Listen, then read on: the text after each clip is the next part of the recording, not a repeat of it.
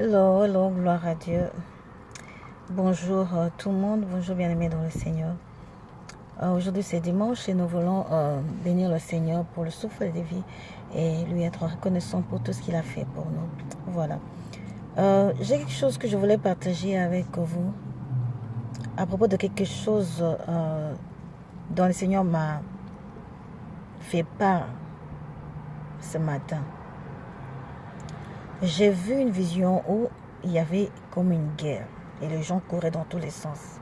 Les gens fuyaient, des gens couraient, des gens pleuraient et personne ne pensait à prendre quelque chose. Les gens cherchaient à sauver leur vie, leur vie, leur vie, leur vie. C'est ça qui comptait. Et j'entendais la voix du Seigneur me dire à l'oreille, est-ce que pendant l'état de guerre, dans un moment de guerre, est-ce que l'on pense à manger? Est-ce que l'on s'inquiète si on a mangé ou pas? J'ai dit non, Seigneur.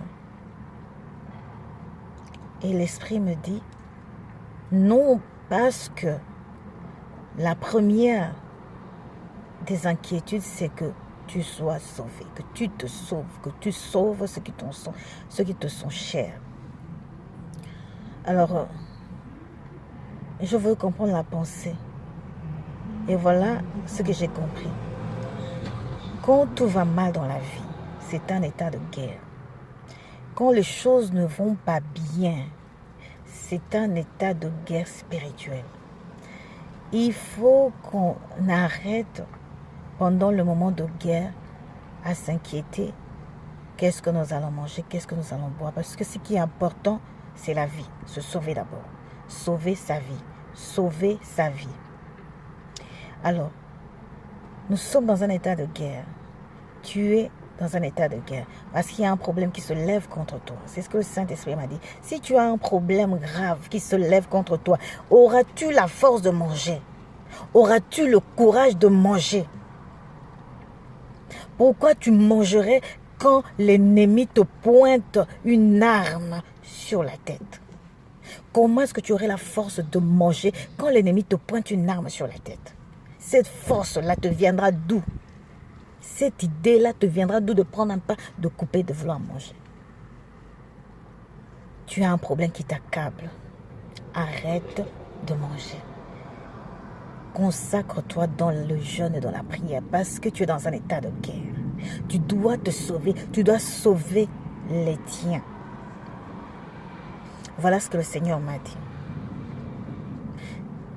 Si vraiment le diable t'attaque et tu sais que cette situation-là, tu ne peux pas t'en sortir seul, tu as besoin de l'intervention divine.